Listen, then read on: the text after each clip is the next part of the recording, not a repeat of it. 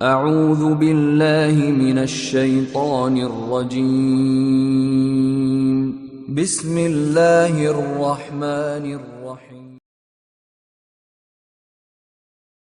إن الحمد لله نحمده ونستعينه ونستغفره ونؤمن به ونتوكل عليه ونعوذ بالله من شرور أنفسنا ومن سيئات أعمالنا من يهده الله فلا مضل له ومن يضلل فلا هادي له وأشهد أن لا إله إلا الله وحده لا شريك له وأشهد أن محمدا عبده ورسوله فقد قال الله سبحانه وتعالى في محكم التنزيل أعوذ بالله من الشيطان الرجيم يا أيها الناس اتقوا ربكم الذي خلقكم من نفس واحدة وخلق منها زوجها وبث منهما رجالا كثيرا ونساء واتقوا الله الذي تساءلون به والأرحام إن الله كان عليكم رقيبا وقال أيضا يا أيها الذين آمنوا اتقوا الله وقولوا قولا سديدا يصلح لكم أعمالكم ويغفر لكم ذنوبكم ومن يطع الله ورسوله فقد فاز فوزا عظيما وقال جل جلاله أيضا يا أيها الذين آمنوا اتقوا الله حق تقاته ولا تموتن إلا وأنتم مسلمون أما بعد فإن أصدق الحديث كتاب الله وأحسن الهدي هدي محمد صلى الله عليه وسلم وشر الأمور محدثاتها وكل محدثة بدعة وكل بدعة ضلالة وكل ضلالة في النار எல்லா புகழும் புகழ்ச்சியும் எம்மை படைத்து பரிபாலிக்கக்கூடிய ஏக ஒருவனாகிய அல்லாஹுவுக்கே சொந்தம். அல்ஹம்துலில்லாஹ். சலாத்தும் சலாமும் சத்திய தூதர் நபி முஹம்மது ஸல்லல்லாஹு அலைஹி வஸல்லம் அவர்கள் மீதும் அவர்களின் வாழ்க்கை வழிமுறைகளை நேர்த்தியாக பின்பற்றி வாழ்ந்த சஹாபாக்கள், தாபிஈன்கள், தபஉ தாபிஊன்கள், அனைத்து நல்லடியார்கள் மீதும் இவ்வுலகில் அல்லது மன்னரையில் வாழ்ந்து கொண்டிருக்கிற எமது பெற்றோர்கள், உறவுகள், அனைத்து ஈமானிய உள்ளங்கள் மீதும் என்றென்றும் உண்டாவதாக என பிரார்த்தித்ததன் பின்னால் அல்லாஹும் அவனுடைய தூதர் ஸல்லல்லாஹு அலைஹி வஸல்லம் அவர்களும் இவ்வுலக வாழ்க்கையில் எமக்கு என்னென்ன விடயங்களை எடுத்து நடக்குமாறு ஏவல்களாக கட்டளை பிறப்பித்திருக்கிறார்களோ அவைகளை எமது வாழ்வில் முடிந்தளவு எடுத்தும் எவைகளை விட்டும் தவிர்ந்து விலகி வாழும்படி எமக்கு எச்சரிக்கை செய்து தடை விதித்திருக்கிறானோ அந்த விடயங்களை விட்டு முற்றுமுழுதாக அல்லாஹ்வை அஞ்சி தவிர்ந்து விலகி வாழும்படி முதலில் எனக்கும் அப்பால் உங்களுக்கும் நல்ல உபதேசித்தவனாக என்னுடைய குத்துபா பிரசங்கத்தை ஆரம்பம் செய்கிறேன். அன்புள்ள உறவுகளே, அல்லாஹின் நல்லடியார்களே, அல்லாஹ் ஜல்ல ஜலாலுஹு இவ்வுலகை படைத்த நாள் முதல் சத்திய மார்க்கத்தை, தூய இஸ்லாமிய மார்க்கத்தை அவனுடைய ஏற்றுக்கொள்ளப்பட்ட மார்க்கமாக ஆக்கியிருக்கிறான். புனித தீனுல் சத்திய கொள்கையாகிய தீனுல் இஸ்லாத்தில் இந்த கொள்கை சரியான முறையில் ஒவ்வொரு தலைமுறையினருக்கும் போய் சேர வேண்டும் என்பதற்கான அழகான நடைமுறையை அல்லாஹ் ஜல்ல ஜலாலுஹு காலத்துக்கு காலம் நபிமார்களை அந்தந்த சமூகத்தினர்களுக்கு அனுப்புவதன் மூலம் அந்த ஏற்பாட்டை செய்திருக்கிறார்.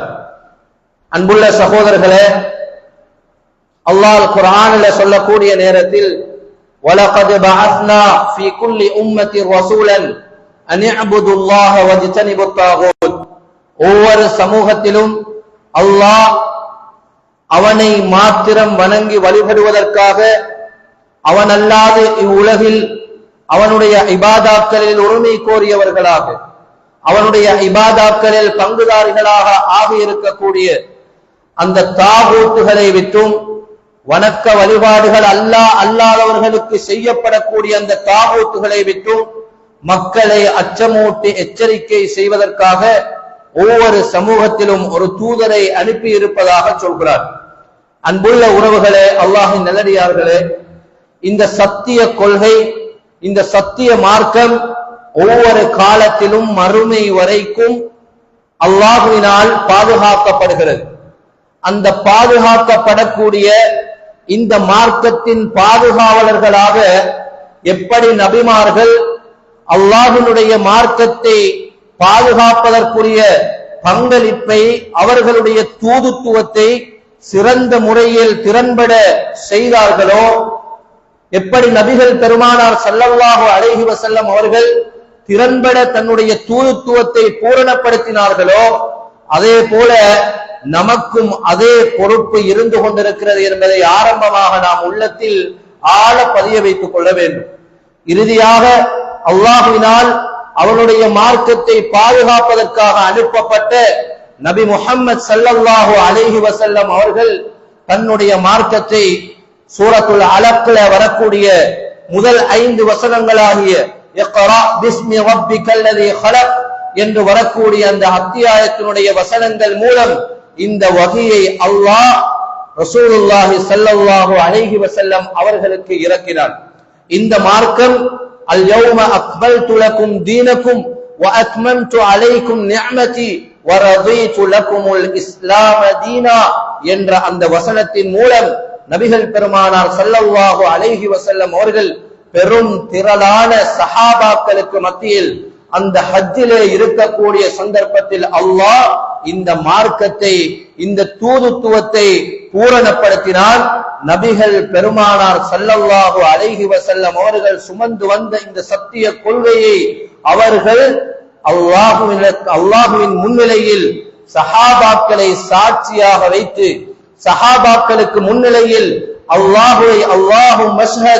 அல்லாஹுவை சாட்சியாக வைத்து தங்களுடைய பங்களிப்பை திறன்பட செய்ததாக உறுதி பூண்ட சம்பவம் நமக்கு தெரியாமல் இல்லை.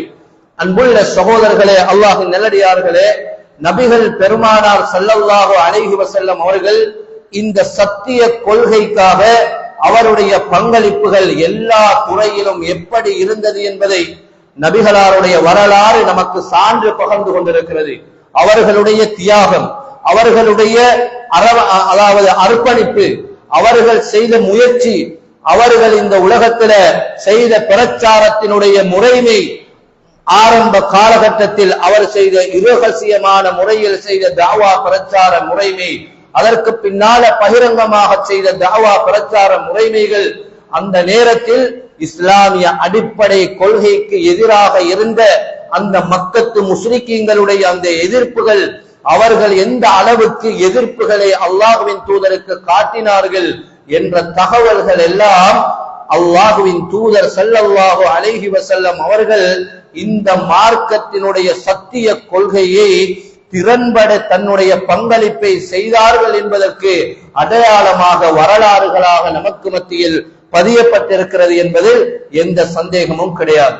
அன்புள்ள சகோதரர்களே, அல்லாஹ்வின் நல்லடியார்களே, இந்த சத்திய கொள்கைக்காக நாம் என்ன பங்களிப்பு செய்திருக்கிறோம் என்பதை நாம் பார்ப்பதற்கு முன்னால் எமக்கு முன் சென்ற அல்லாஹ்வின் தூதர் ஸல்லல்லாஹு அலைஹி வஸல்லம் அவர்களுடைய பாசறையில் வளர்க்கப்பட்ட அந்த சஹாபாக்கள் இந்த மார்க்கம் என்ற இந்த அமானிதத்தை சுமந்து அந்த பங்களிப்பை எப்படி நிறைவேற்றினார்கள், எந்த வகையிலெல்லாம் இந்த சத்திய கொள்கைக்காக தனது பங்களிப்பை செய்தார்கள் என்பதை வரலாறு எமக்கு உணர்த்தி கொண்டே இருக்கிறது.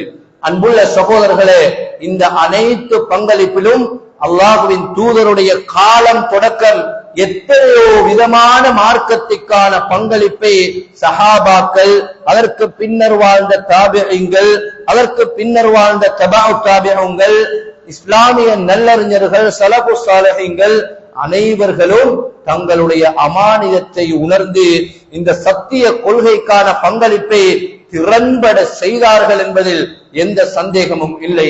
நாம் இந்த இடத்தில் அமைதியாக அமர்ந்து இந்த உரையை கேட்கிறோம் என்றால் நாம் உண்மை முஸ்லிம்களாக அல் குர்ஆனையும் சுன்னாவையும் நடுத்து நடக்க வேண்டும் என்ற கொள்கையுடையவர்களாக நாம் இந்த இடத்தில் அமர்ந்திருக்கிறோம் என்றால் எமக்கு முன் சென்ற எத்தனையோ சாராருடைய இரத்தங்கள் இந்த இடத்துக்கு நாம் வருவதற்கு காரணியாக இருந்திருக்கிறது. எத்தனையோ விதமான பங்களிப்புகள், எத்தனையோ விதமான பல கோடி ரூபாய்கள் செலவழிப்புகள் இந்த மார்க்கம் எமக்கு சத்திய கொள்கையாக எந்த கூடுதல் குறைவும் இல்லாமல் எந்த விதமான சந்தேகமும் இல்லாமல் அதே நிலையில் வந்து சேர்வதற்கு எமக்கு முன் சென்ற நல்லறிஞர்கள், எமக்கு முன் சென்ற சஹாபாக்கள் அவர்கள் பட்ட துன்பங்கள், அவர்கள் பட்ட இன்னல்கள் ஏராளமாக பதியப்பட்டிருக்கிறதை நாம் அறிந்திருக்கிறோம். அன்புள்ள சகோதரர்களே, அல்லாஹ்வின் நல்லடியார்களே, ஒவ்வொருவரும் இந்த சத்திய கொள்கைக்காக பங்களிப்பு செய்யக்கூடிய சந்தர்ப்பத்தில் பல விதங்களில் தங்களுடைய பங்களிப்பை செய்கிறார்கள். பொருள் படைத்தவர்கள், பொருளாதாரத்தில் வளம் மிக்கவர்கள் அவர்களுடைய பொருளாதாரத்தால் இந்த மார்க்கத்துக்கு பங்களிப்பு செய்கிறார்கள். இன்னும் சிலர் தங்களுடைய உடலால் பங்களிப்பு செய்கிறார்கள். இன்னும் சிலர் தன்னுடைய உடைமைகளால் பங்களிப்பு செய்கிறார்கள். இன்னும் சிலர் தங்கள் கற்ற கல்வியால் தாங்கள் தேர்ச்சி பெற்றிருக்கக்கூடிய ஒவ்வொரு துறையிலும் இந்த மார்க்கத்துக்கான பங்களிப்பை செய்து கொண்டிருக்கிறார்கள். செய்த ஒரு சமூகத்தை தாண்டி நாம் இந்த இடத்திலே இருக்கிறோம். அன்புள்ள உறவுகளே, அல்லாஹ்வின் நல்லடியார்களே, எவர் எந்த பங்களிப்பை இந்த சத்திய கொள்கைக்காக செய்திருந்தாலும் ஒவ்வொரு மனிதர்களுடைய ஒரு விடயத்தில் அவர்களுடைய பொறுப்பு நீங்காமல் இருந்து கொண்டே இருக்கிறது. அதனை சரியான முறையில் செய்யாத வரைக்கும் அன்புள்ள சகோதரர்களே, அதுதான் இந்த மார்க்கத்தில் அல்லாஹ் இறக்கிய இந்த வஹீயினுடைய மார்க்க கல்வியினுடைய அந்த மார்க்கத்துக்கு செய்ய வேண்டிய பங்களிப்பு இருக்கிறதே, இதில் யாரும் ஒதுங்கிவிட முடியாது. இந்த பொறுப்பிலே இருந்து யாரும் நீங்கிவிட முடியாது என்பதை குர்ஆனும் சுன்னாவும் நமக்கு தெளிவாக சொல்லிக் கொண்டிருப்பதை பார்க்கிறோம். அன்புள்ள சகோதரர்களே, மார்க்க கல்வியினுடைய பங்களிப்பு, ஒரு பொருளாதாரத்தில் வளம் மிக்க ஒருவர் கோடி சம்பாத்தியம் செய்து அதில் சில கோடிகளை மார்க்கத்துக்காக அவர்கள் செலவழித்து விட்டு நான் மார்க்கத்துக்காக செலவழித்திருக்கிறேன் என்று அவரால் திருப்தி பட்டுவிட மட்டும் முடியாது. அதற்கு மாற்றமாக கல்வி துறையில இந்த மார்க்கத்தை கற்றுக்கொள்வதில அவர் செய்யக்கூடிய வியாபாரத்தில் மார்க்கம் எப்படி செய்ய சொல்கிறது என்ற அறிவு அவருக்கு மிக கட்டாயமாக இருக்கிறது. அவர் வாழக்கூடிய குடும்ப வாழ்க்கையை எப்படி குடும்ப வாழ்க்கை நடாத்த வேண்டும் என்ற மார்க்கத்தின் அறிவு அவருக்கு மிக கட்டாயமாக இருக்கிறது. அவர் வளர்க்கக்கூடிய அந்த குழந்தையினுடைய வளர்ப்பில் மார்க்கம் எப்படி வளர்க்க சொல்கிறது என்ற அறிவு அவருக்கு மிக கட்டாயமாக இருக்கிறது. இப்படி ஒவ்வொரு துறையினர்களும் அவர்களுடைய துறைகளுக்கு ஏற்ப மார்க்கத்தின் பங்களிப்பில் அவர்களுக்கு திருப்தி அடைந்து விட முடியாது. அதற்கு மாற்றமாக அனைவர்களுக்குமான ஒவ்வொரு ஆணுக்கும் பெண்ணுக்குமான பொறுப்புதான் இந்த மார்க்கத்தின் அடிப்படை அறிவை அவர்கள் சுமந்து அதனை அவர்களுக்கு அடுத்த தலைமுறையினருக்கு அதனை அமானிதம் உணர்ந்து அதனை கொண்டு போய் சேர்க்கக்கூடிய இந்த சத்திய மார்க்கத்துக்கு செய்யக்கூடிய பங்களிப்பு இருக்கிறது. இது இன்றியமையாத ஒவ்வொருவரும் செய்ய வேண்டிய மிக முக்கியமான பொறுப்பாக இருந்து கொண்டிருப்பதை நமக்கு பார்க்கலாம். அன்புள்ள சகோதரர்களே, அல்லாஹ்வின் நல்லடியார்களே, இந்த மார்க்கத்துக்கு பங்களிப்பு செய்த சஹாபாக்கள், இந்த மார்க்கத்துக்கு பங்களிப்பு செய்த ரசூலுல்லாஹி ஸல்லல்லாஹு அலைஹி வஸல்லம் அவர்களுடைய பங்களிப்பில் அல்லாஹ் முதல் இந்த உலகுக்கு இறக்கிய சத்தியத்தையும் அசத்தியத்தையும் பிரித்து காட்டக்கூடிய அந்த அல் குர்ஆனின் முதல் வசனமே நமக்கு என்ன சொல்கிறது? இக்ரா, நீ ஓதுவீராக, படிப்பீராக, வாசிப்பீராக என்ற கல்வியை மையப்படுத்தியதாக மார்க்கத்தின் கல்வியை மையப்படுத்தியதாகத்தான் முதல் வசனத்தையே அல்லாஹ் இறக்குகிறான். இன்னொரு வசனத்தில் அல்லாஹ் சொல்கிறான், ஃபஅலம் அன்னஹு லா இலாஹ இல்லல்லாஹ் வஸ்தக்பிர் லிதம்பிக. நீங்கள் அறிந்து கொள்ளுங்கள், வணக்கத்துக்கு தகுதியானவன் அல்லாஹ்வை தவிர வேறு யாரும் இல்லை என்பதை அறிந்து கொள்ளுங்கள். அறிஞர்கள் அல் இல்மு கப்ல அல் கௌலி வல் அமல், ஒருவன் மார்க்கத்தை பிரச்சாரம் செய்வதற்கு முன்னால், ஒருவன் மார்க்கத்தை செயலாற்றுவதற்கு முன்னால் அவன் கற்றுக்கொள்வது, அந்த விடயத்தை கற்றுக்கொள்வது அவன் மீது கட்டாய கடமை என்பதை எத்தனையோ கிதாபுகளில் எழுதி வைத்திருப்பதை நமக்கு பார்க்கலாம். எத்தனையோ அல் குர்ஆனிய வசனங்களை ஆதாரமாக வைத்து எழுதி வைத்திருப்பதை நமக்கு பார்க்கலாம். அன்புள்ள சகோதரர்களே, நாம் ஒவ்வொருவரும் வியாபாரிகள். நாம் இந்த இடத்திலே வாலிபர்கள் என்ற தரத்தில் இருக்கிறோம், குடும்ப தலைவர்கள் என்ற தரத்தில் இருக்கிறோம், வியாபாரிகள் என்ற தரத்தில் இருக்கிறோம், ஊரின் முக்கியஸ்தர்கள் என்ற தரத்தில் இருக்கிறோம். இப்படி ஒவ்வொரு துறையிலும் நாம் இருக்கிறோம். அந்தந்த துறைகளை எந்த அளவுக்கு கற்றறிந்து மார்க்கத்தின் வரையறைக்கு உட்பட்டதாக எமக்கு மத்தியில் நிலைநாட்டப்படுகிறது, எந்த அளவுக்கு, ஏன் நாம் தொழக்கூடிய தொழுகை, நாம் தொழக்கூடிய தொழுகையினுடைய அறிவு நமக்கு இருக்கிறதா? இந்த இடத்தில் எத்தனை பேருக்கு தொழுகையில வுது செய்வது முதல் சலாம் கொடுக்கும் வரையிலான நபிகளார் ஸல்லல்லாஹு அலைஹி வஸல்லம் அவர்கள் எப்படி தொழுதார்கள், சொல் சார்ந்த சுன்னாக்கள் என்ன, செயல் சார்ந்த சுன்னாக்கள் என்ன, என்னென்ன இடத்தில் என்னென்ன ஓட வேண்டும் என்பதை பூரணமாக கற்றுக்கொண்ட நிலையில் தொழக்கூடிய தொழுகையாளிகளாகத்தான் நாம் இருக்கிறோமா? மார்க்கத்துக்கு கோடி செலவழித்திருக்கலாம், அவன் தொழுகையில அவன் கற்றுக்கொள்ளாத நிலையில் தொழுதால் அது மறுமையில் அவனுக்கு சாபக்கேடாக போகும். அது அவனுடைய மறுமையில் அவனுடைய தண்டனைக்கு அவன் குற்றவாளியாக போவதற்கு அதுவே காரணியாக இருக்கலாம். அவன் செய்யக்கூடிய கடமையில அவன் ஹஜ்ஜை சரியான முறையில் நிறைவேற்றுவதை அவன் கற்றுக்கொள்ளவில்லை என்றால் அவன் எவ்வளவு பெரிய கோடீஸ்வரனாக மார்க்கத்துக்கு செலவழித்திருந்தாலும் அவனுடைய ஹஜ் நிராகரிக்கப்படுவதற்கான அதிக வாய்ப்புகள் இருக்கிறது என்பதில் எந்த சந்தேகமும் கிடையாது. இப்படித்தான் ஒவ்வொரு துறையிலும் எந்தெந்த விதத்தில் மார்க்கத்துக்கு ஒவ்வொரு சாராரும் பங்களிப்பு செய்திருந்தாலும் கூட மார்க்கத்தை ஒவ்வொரு துறையிலும் கற்றறிந்து அதன் அடிப்படையில் செய்யக்கூடிய அந்த மார்க்க கல்வி தகைமை இருக்கிறதே, இதை வளர்த்துக் கொள்வது நம்முடைய இன்றியமையாத கடமையாக இருந்து கொண்டிருக்கிறது. மாத்திரமல்ல, அன்புள்ள உறவுகளே, அல்லாஹ்வின் நல்லடியார்களே, இதை நாம் கற்றுக்கொண்டால் தான், இந்த மார்க்கத்தினுடைய ஒவ்வொரு அம்சங்களையும் நாம் கற்றுக்கொண்டால் தான் அந்த கல்வியை எப்படி எமக்கு முன்னோர்கள் கொண்டு வந்து அமானிதமாக எந்த சந்தேகமும் இல்லாமல் கொண்டு வந்து சேர்த்தார்களோ அதே போல எமது பிள்ளைகளுக்கு, எமது அடுத்த தலைமுறையினருக்கு அதே அமானிதத்தை சரியான முறையில் கொண்டு போய் சேர்க்கலாம். அப்படி நாம் கொண்டு போய் சேர்த்தால் மாத்திரம்தான் எமக்கு அல்லாஹ் அல் குர்ஆனில் சொல்லக்கூடிய அந்த சிறப்புக்குரியவர்களாக நமக்கு மாறலாம். குன்தும் ஹைர உம்மத்தின் உக்ரிஜத் லின்னாஸ் தஅமுரூன பில் மஅரூஃப் வதன்ஹவுன அனில் முன்கர் வதுமினூன பில்லாஹ். நீங்கள் வெளியாக்கப்பட்ட சமூகத்தில் சிறந்தவர்களாக இருக்கிறீர்கள். ஈமானில நீங்கள் ஈமானை கற்றுக்கொண்டிருக்கிறீர்கள், நல்லதை ஏவி தீமையை தடுக்கிறீர்கள். அதே போல நீங்கள் அல்லாஹ்வை ஈமான் கொண்டு நல்லதை ஏவி தீமையை தடுக்கக்கூடியவர்களாக இருக்கிறீர்கள் என்று அல்லாஹ் அல் குர்ஆனில் சிறந்த சமூகத்தை அல்லாஹ் அடையாளப்படுத்துகிறான். ஏன்? அல்லாஹ்வின் தூதரோடு நபிமார்களுடைய வருகை முற்று பெற்று விட்டது, நபிமார்களுடைய வருகை முடிந்து விட்டது. ஆனால் இந்த மார்க்கம் அப்படியே பாதுகாக்கப்பட வேண்டும். இந்த மார்க்கத்தை பாதுகாக்கும் பாதுகாவலர்களாக நபிகள் நாயகம் ஸல்லல்லாஹு அலைஹி வஸல்லம் அவர்களுடைய உம்மத்தினர்களாகிய காலம் தொட்டு நூற்றாண்டு தொட்டு நூற்றாண்டு வரக்கூடிய ஒவ்வொரு தலைமுறையினர்களும் இருக்க வேண்டும். மறுமை வரைக்கும் இந்த மார்க்கம் செம்மையாக பாதுகாக்கப்பட வேண்டுமாக இருந்தால் இந்த மார்க்கத்தினுடைய அமானித கல்வி, மார்க்கத்தினுடைய ஒவ்வொரு துறையிலுமான அறிவு நமக்கு மிக முக்கியமான கட்டாய தேவையாக இருந்து கொண்டிருக்கிறது. சகோதரர்களே, ஒவ்வொருவரும் தன்னுடைய உள்ளத்திலே கையை வைத்து கேட்டு பாருங்கள், நான் என்ன பங்களிப்பை மார்க்க கல்வி துறையில நான் செய்திருக்கிறேன். நான் ஒரு அக்கவுண்டனாக இருக்கலாம், அல்லது நான் ஒரு வியாபாரியாக இருக்கலாம், நான் ஒரு வாலிபர் வயசில் இருக்கக்கூடியவனாக இருக்கலாம், நான் ஒரு கணவன் என்ற குடும்ப தலைவன் என்ற அந்தஸ்தில் இருக்கலாம், நான் ஊர் தலைவன் என்ற அந்தஸ்தில் இருக்கலாம், வைத்தியர் என்ற அந்தஸ்தில் இருக்கலாம்.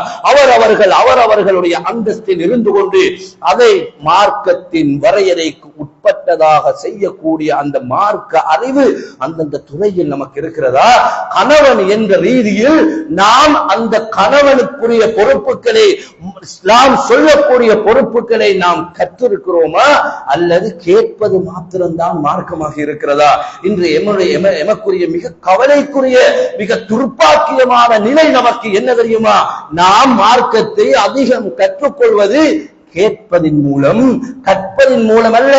நாம் கேட்டு கேட்டு கேட்டு கேட்டுத்தான் மார்க்கத்தை கற்றுக்கொண்டிருக்கிறோம், மார்க்கத்தை நாம் நிலைநாட்டிக் கொண்டிருக்கிறோம்.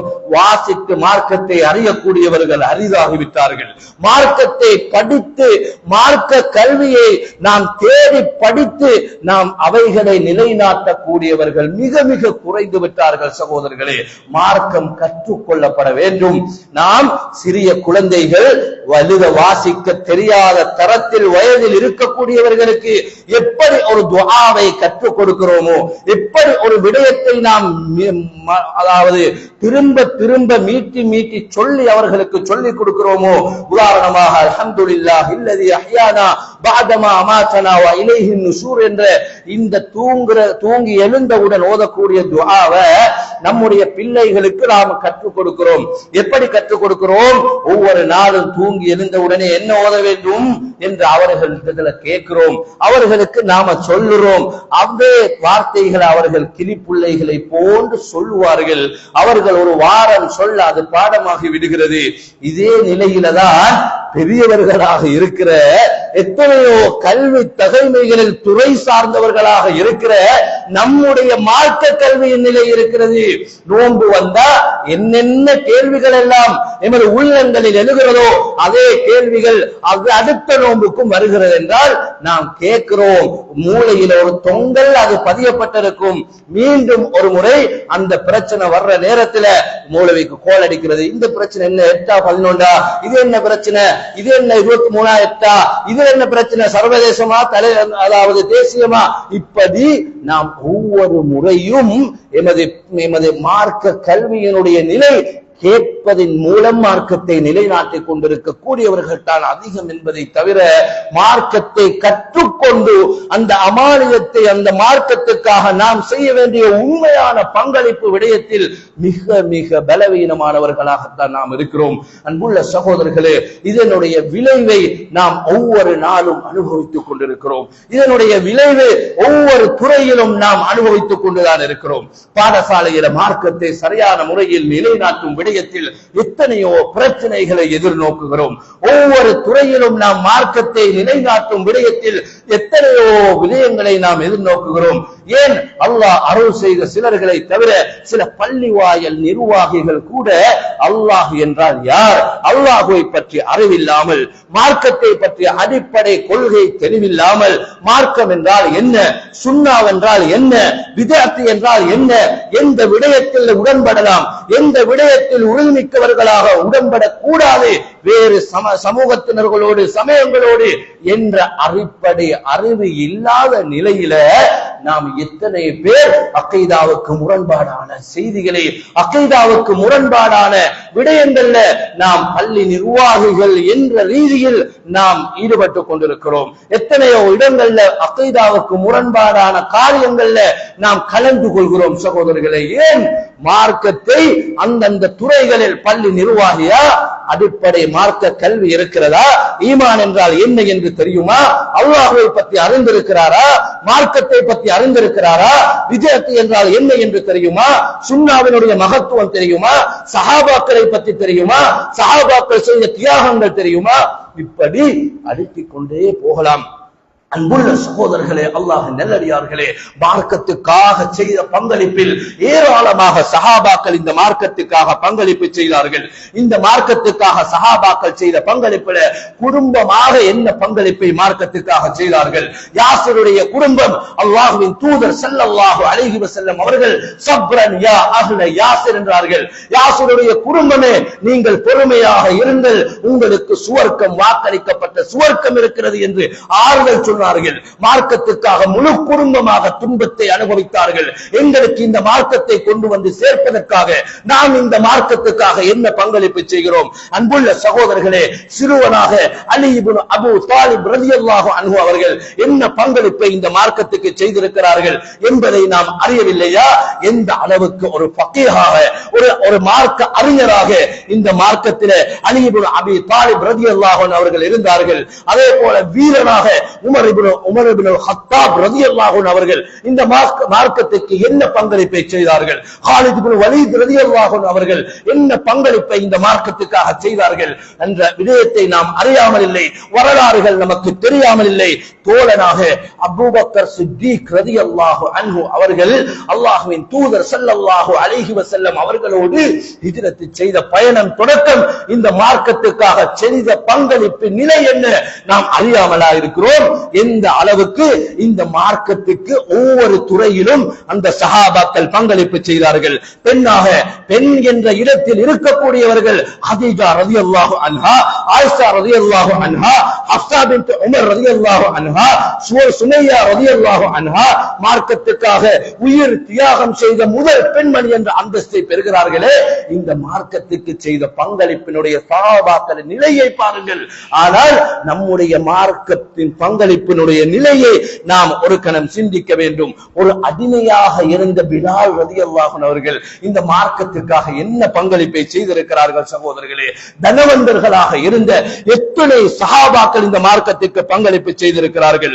ஜுபைர் இப்னு அவ்வாம் ரலியல்லாஹு அன்ஹு, தல்ஹா இப்னு உபைதுல்லாஹ் ரலியல்லாஹு அன்ஹு, உஸ்மான் இப்னு அஃபான் ரலியல்லாஹு அன்ஹு, அப்துல் ரஹ்மான் இப்னு அவுஃப் ரலியல்லாஹு அன்ஹு, சஅத் பின் அபி வக்காஸ் ரலியல்லாஹு அன்ஹு, இப்படி எத்தனை சஹாபாக்களை மார்க்கத்துக்கு பங்களிப்பு செய்த சஹாபாக்களை பார்க்கலாம். இவர்கள் அவர்களுடைய அந்தந்த துறைகளில் மாத்திரம் பங்களிப்பு செய்யவில்லை. ஒட்டுமொத்தமாக அவர்கள் 10 வசனங்களை படித்துக் கொள்வார்கள். அந்த 10 வசனங்களையும் அமல் செய்துவிட்டு அடுத்த 10 வசனங்களுக்கு செல்வார்கள். இதுல தனவந்தர்களுடைய பங்களிப்பு, இதுல ஏழை சஹாபாக்களுடைய பங்களிப்பு, இதுல ஏனைய வீரமிக்க சஹாபாக்களுடைய பங்களிப்பு, பெண்களுடைய பங்களிப்பு என்று பாகுபாடு இருக்கவில்லை. ஒட்டுமொத்தமாக எல்லா சஹாபாக்களும் யா ரசூலல்லாஹ் இதனை கற்றுத்தாருங்கள், யா ரசூலல்லாஹ் இதனுடைய விடயம் என்ன, இதனுடைய மார்க்க தீர்ப்பு என்ன, இதை நான் எப்படி புரிந்து கொள்வது என்ற விடயத்தில் யா ரசூலல்லாஹ் யா ரசூலல்லாஹ் யா ரசூலல்லாஹ் என்று எத்தனை சம்பவங்கள் அல்லாஹ்வின் தூதரிடத்தில் இந்த மார்க்கத்தை கற்றுக்கொள்ளும் விடயத்தில் அந்த சஹாபாக்கள் இருந்தார்கள். சகோதரர்களை சிந்தனை செய்து பாருங்கள். ஆனால் நம்முடைய நிலை என்ன தெரியுமா? நான் செய்கிற வியாபாரத்தில் எப்படி செய்யணும் என்ற தெளிவு நமக்கு கிடையாது. அன்புள்ள சகோதரர்களே, அதனுடைய விளைவு என்ன தெரியுமா? வட்டியை ஹலாலாக்குகிறோம், பொய்யை சாதாரணமாக்குகிறோம். நம்முடைய வியாபாரத்தில் ஏமாற்று சர்வ சாதாரணமாகி விடுகிறது. இவைகள் இல்லாமல் எனக்கு எப்படி நாம் வியாபாரம் செய்வது என்ற நிலைக்கு நாம் வந்து விடுகிறோம். அதற்காக விவாதிக்கிறோம். ஆனால் இஸ்லாம் சொல்லக்கூடிய வியாபார முறைமையை நாம் கற்றுக்கொள்ளல. இஸ்லாம் சொல்லக்கூடிய வியாபாரத்தை கற்றறிந்து அந்த வியாபாரத்தை செய்து தூய்மையான ஹலாலான சம்பாத்தியத்தை நாம் ஏற்றுக்கொள்வதற்கு தயாராக இல்லை. வியாபாரம் தொடர்பான எத்தனை ஹதீஸ்கள் நமக்கு தெரியும், வியாபாரம் தொடர்பான எத்தனை நபிமொழிகள், எத்தனை அல் குர்ஆனிய வசனங்கள் நமக்கு தெரியும், வசனத்தோடு அத்தியாயத்தோடு சொல்லக்கூடிய எத்தனை வசனங்கள் நமக்கு தெரியும். சகோதரர்களே, சிந்தனை செய்து பாருங்கள்.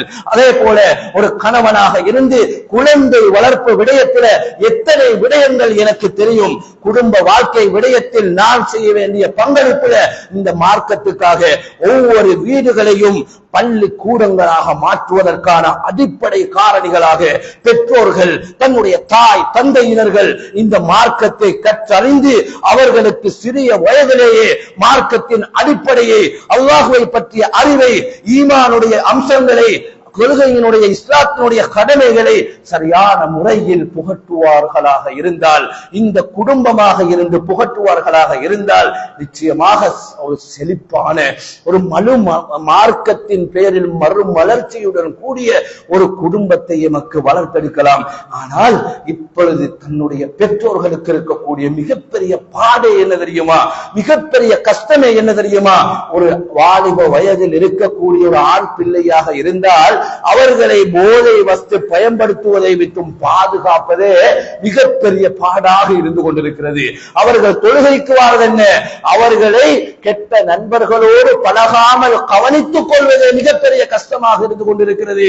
ஒரு இளம் யுவதியாக இருந்தால் 4 சுவர்களுக்கு மத்தியில் அந்நிய ஒரு ஆணோடு தொடர்பு இல்லாமல் கண்காணித்துக் கொள்வது, அந்நிய ஆணோடு தவறான தொடர்புகளை ஏற்படுத்திக் கொள்ளாத நிலையில் அந்த குழந்தையை, அந்த இளம் யுவதியை வளர்த்தெடுப்பதே பெற்றோர்களுக்கு மிகப்பெரிய ஒரு பொறுப்பாக, மிகப்பெரிய தலையீடாக தன்னை இன்னொரு கணவரிடத்தில் அந்த பெண்ணை ஒப்படைக்கும் வரைக்கும் இருக்கக்கூடிய சுமை இருக்கிறதே, அது மிகப்பெரிய சுமையாக, எங்கு சென்றாலும் மிகப்பெரிய ஒரு பிரஷராக இருக்கக்கூடிய காரியமாக இருக்கிறது. சகோதரர்களே, ஏன் அந்த நிலை இருக்கிறது? ஏன் அந்த பிள்ளைகளுக்கு மகரம் அஜ்னபியத்து தொடர்பான மார்க்க கல்வியை கொடுத்தால் அந்த பிள்ளை எப்படி அந்த நிலைக்கு செல்வார்? எந்த விடயங்கள் ஹராம் ஹலால் விடயத்தில் ஒரு தெளிவை எமது பிள்ளைகளுக்கு கொடுத்தால் ஒரு வாலிபன் எப்படி அந்த இடத்துக்கு செல்வார்? இப்படி ஒவ்வொரு துறையையும் நமக்கு எடுத்து பார்க்கலாம். அன்புள்ள சகோதரர்களே, அல்லாஹ்வின் நல்லடியார்களே, மார்க்க கல்விக்கு நாம் செய்யக்கூடிய பங்களிப்பு மிக மிக குறைந்து கொண்டிருக்கிறது. இதே நிலையில் நம்முடைய அடுத்த தலைமுறையினருக்கு நாம் மார்க்கத்தை கொண்டு போய் சேர்த்தால், நாம் இன்று பள்ளிவாயிலுக்கு வருவது ஒரு 10 பேராக இருந்தால், நாம் மார்க்கத்தை பேசுவது, குர்ஆனை சுன்னாவை அடிப்படையாக விளங்கிக் கொள்வது 100 பேராக இருந்தால், 20 பேரும் அடுத்த தலைமுறையினர்களில் மார்க்கத்தை சரியாக பின்பற்றக்கூடியவர்கள் இருப்பது கேள்விக்குறியாகத்தான் இருக்கும். சகோதரிகளே, அந்த நேரத்தில் குடும்ப தலைவர்களாக, சமூகத்தின் முக்கியஸ்தர்களாக, பள்ளிவாயல் நிர்வாகிகளாக நாம் இருக்கக்கூடிய ஒவ்வொரு பொறுப்புதாரிகளும் குல்லுக்கும் ராயின் வ குல்லுக்கும் மஸ்ஊலுன் அன் ரஅய்யதி, நாங்கள் ஒவ்வொருவரும் நம்முடைய பொறுப்புகளை பற்றி விசாரிக்கப்படுவோம். நாம் எமக்குரிய அமானிதமாக அல்லாஹ் எமக்கு தந்த, எமக்குரிய சோதனைகளாக அல்லாஹ் நமக்கு தந்த நம்முடைய பிள்ளைகளுக்குரிய மார்க்கத்தை, மார்க்க கல்வியை சரியாக கொடுத்து விட்டோமா என்பதை நாம் நிச்சயமாக அல்லாஹ்விடத்தில் மறுமையில் கேள்வி கேட்கப்படுவோம். அந்த நேரத்தில் அல்லாஹ்விடத்தில் திறன்பட ஒரு திருப்திகரமான பதிலை நாம் கொடுப்பதாக இருந்தால், முதலாவதாக என்னை நாம் வளர்த்துக் கொள்ள வேண்டும். நான் எப்படி தொழுவதற்கு ரசூலுல்லாஹ் எந்த நபிமொழியை எனக்கு காட்டி தந்திருப்பது என்பதை ஒரு பயான்ல கேட்கிறதல்ல, கற்றுக்கொள்ளணும். அதை நாம வாசித்து தெரிந்து கொள்ளணும். அதற்கு நாம நேரம் ஒதுக்கணும். எப்படி உம்ரா செய்வது, எப்படி ஹஜ் செய்வது, எப்படி வியாபாரம் செய்வது, எப்படி ஜகாத்து கொடுப்பது, எப்படி குடும்பம் நடத்துவது, இப்படி ஒவ்வொரு துறையிலும் நாம் ஒவ்வொரு விடயத்தையும் கட்டம் கட்டமாக, கொஞ்சம் கொஞ்சமாக நாம் கற்றுக்கொள்ள கடமைப்பட்டிருக்கிறோம். சகோதரர்களே, இதில் நாம் பின்னிப்போமாக இருந்தால் எந்த துறையில் நாம் மார்க்கத்திற்கு பங்களிப்பு செய்தாலும் நிச்சயமாக மறுமையில் நாம் அல்லாஹ்வின் இடத்தில் கேள்வி கணக்குக்கு உள்ளாக்கப்படுவோம் என்பதில் சந்தேகம் கிடையாது என்பதை உள்ளத்தில் ஆழ பதிய வைத்துக் கொள்ள வேண்டும். அல்ஹம்துலில்லாஹி ரப்பில் ஆலமீன்.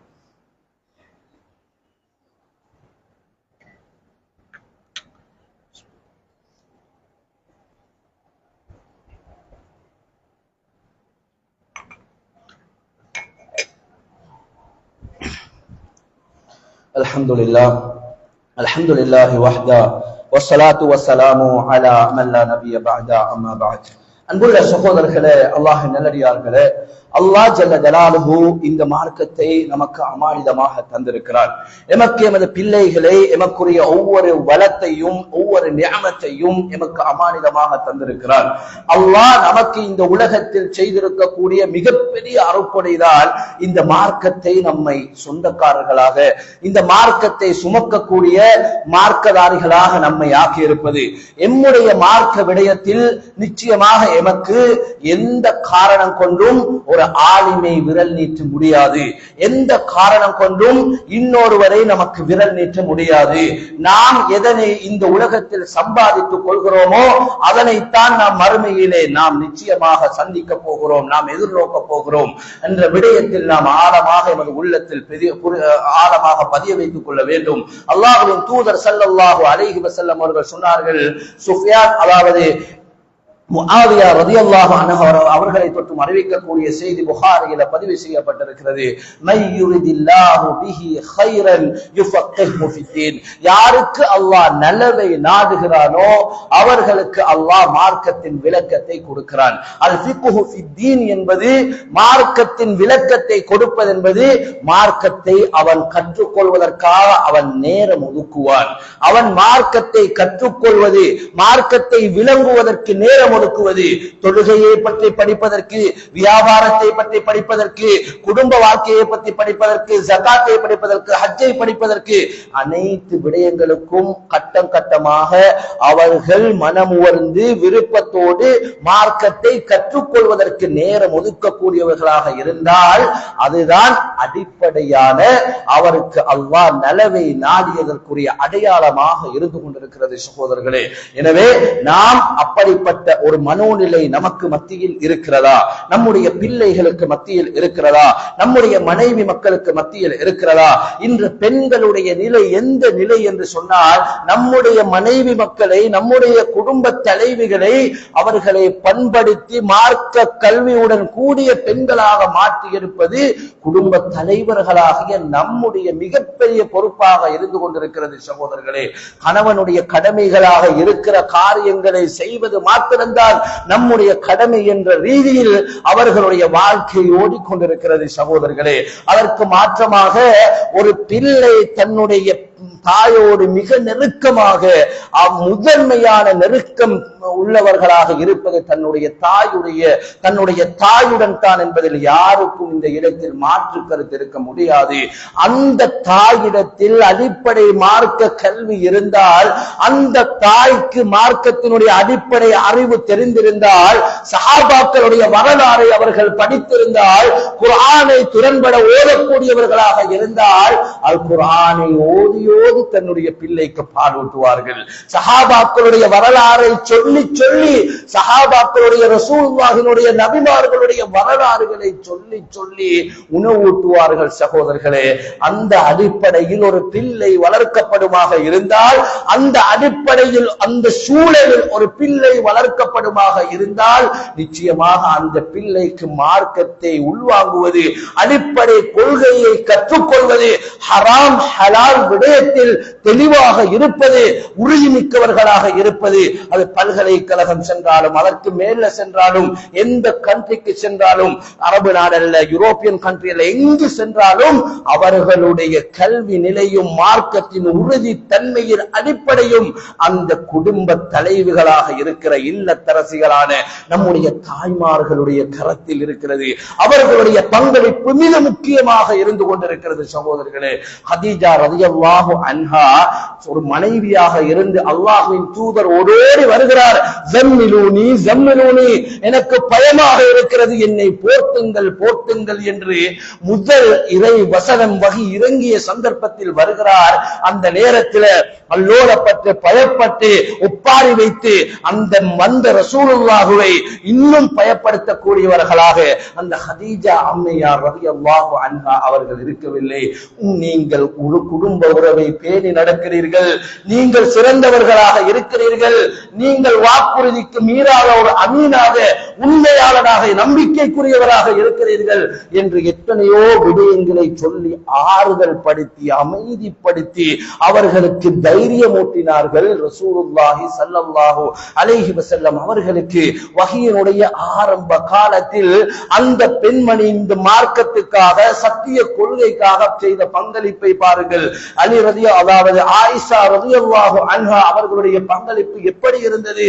நாம் வாரிசுரிமை சொத்துக்களை பற்றி அதாவது நாம் தெரிந்து கொள்வதாக இருந்தால், ஆயிஷா ரலியல்லாஹு அன்ஹா அவர்களிடத்தில் போய் தெரிந்து கொள்வோம் என்று எத்தனை சஹாபாக்கள் சொல்லி இருக்கிறார்கள்.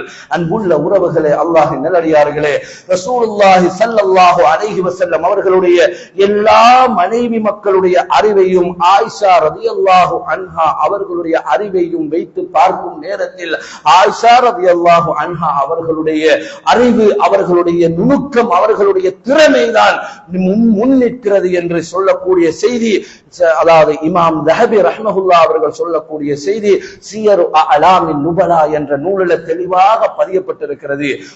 முதலாக அல் குர்ஆனை மனனமிட்ட பெண்மணியாக ஹப்ஸா பின்த் உமர் ரலியல்லாஹு அன்ஹா அவர்கள் இருக்கிறார்கள். உமர் ரலியல்லாஹு அன்ஹு அவர்களுடைய காலத்தில் அல் குர்ஆனை பொறுப்பு கொடுக்கக்கூடிய ஒரு அற்புதமான பெண்மணியாக இருந்தார். இப்படி மார்க்கத்தில் இந்த பெண்களின் பங்களிப்பு விடயத்தில் நாம் மிக கவனம் செலுத்த தேவைப்பட்டவர்களாக இருக்கிறோம். அன்புள்ள சகோதரர்களே, இந்த காலகட்டத்தில் மார்க்கத்தை கற்றுக்கொள்வதற்கான ஒரு வகுப்பு, மார்க்க பிரச்சாரம், மார்க்கத்தினுடைய ஒரு தலைப்பில் ஒரு உரை என்று வந்துவிட்டால் அதில் எத்தனை கணவன்மார்கள், நம்மில் இருக்கக்கூடியவர்கள் எத்தனை பேர் தன்னுடைய மனைவி மக்களை அனுப்புகிறோம், எத்தனை பேர் தன்னுடைய மனைவி மக்களை மார்க்கத்தை கற்றுக்கொள்வதற்கான ஏற்பாடுகளை செய்திருக்கிறோம் என்ற இந்த இடத்தில் ஒரு 5 பேராவது சொல்ல முடியுமா?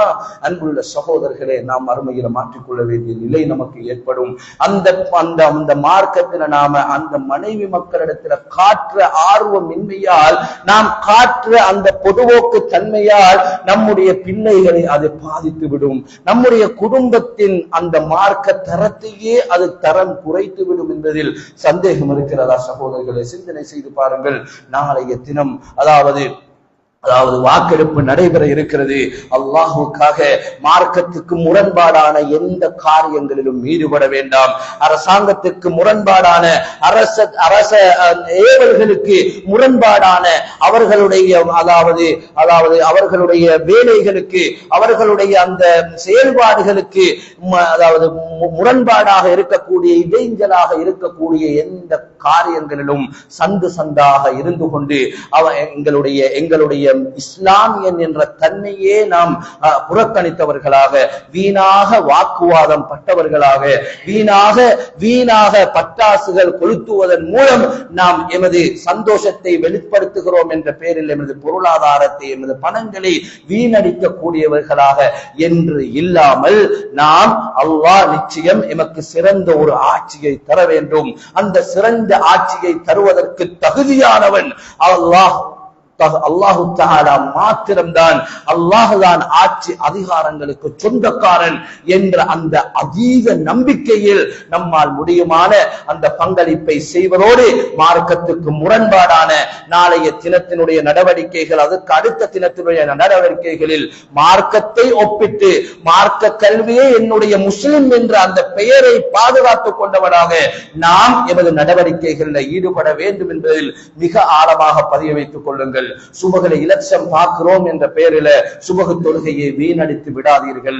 அதற்கு மாற்றமா அதே போன்று அந்த இலட்சம் பார்க்கிறோம் என்ற பெயரில சினிமா படங்களை பார்த்து, மார்க்கத்துக்கு முரணான காட்சிகளை பார்த்து கழிக்கக்கூடிய போதை பயன்பாடுகளோடு, அதாவது இலட்சம் பார்க்கிறோம் என்ற பெயரில எமது மார்க்கத்துக்கு முரண்பாடான காரியங்களை விட்டும் தவிர்ந்து கொள்ளுங்கள். நிச்சயமாக அல்லாஹ் இப்படியான நடவடிக்கைகளின் மூலமே எமக்கு சிறந்த ஒரு திருப்திகரமான ஒரு ஆட்சியாளனை ஏற்படுத்தி தருவான். எமது மார்க்கத்துக்கு நேர்பாடான, எமது மார்க்கத்துக்கு அதாவது இடைஞ்சல் இல்லாத, தடை இல்லாத, கெடுபடிகள் செய்யாத ஒரு ஆட்சியாளனை எமக்கு தர வேண்டும் என்று அல்லாஹ்வினிடத்தில் பிரார்த்தனை செய்து கொள்ளுங்கள். நிச்சயமாக நாம் இந்த உலகத்துல, இந்த நாட்டில சுதந்திரமாக இந்த மார்க்கத்தை நிலைநாட்டக்கூடிய ஒரு வாய்ப்பை ஏற்படுத்தும் அந்த உண்மையான ஒரு பொறுப்பு, அந்த உண்மையான அந்த சூழலை ஏற்படுத்தும் அதிகாரம், வல்லமை அல்லாஹ்வுக்கு மாத்திரம்தான் இருக்கிறது. அல்லாஹ்வோடு நாம் ஏற்படுத்த ஏற்படுத்தக்கூடிய தொடர்பிலேதான் அந்த நிலை நமக்கு இருக்கிறது. எனவே வல்லவர் ரஹ்மான் எம் அனைவர்களுக்கும் சிறந்த சமூகமாக நல்ல கல்விமானாக ஒவ்வொருவரும் இந்த உலகத்தில் ஒவ்வொரு துறையிலும் கற்று தேர்ந்த மார்க்கத்தை கற்று தேர்ந்து அதனை அடுத்த தலைமுறையினருக்கு ஒப்புவிக்கக்கூடிய நல்ல மக்களாக எம் அனைவர்களையும் ஆக்கி அருள்வானாக. வாஹிரு தஅவானா அல்ஹம்துலில்லாஹி ரப்பில் ஆலமீன். அகூலு கௌலி ஹாதா அஸ்தக்ஃபிருல்லாஹல் அஸீம் வலக்கும் வஸ்தக்ஃபிருஹு இன்னஹு ஹுவல் கஃபூர்.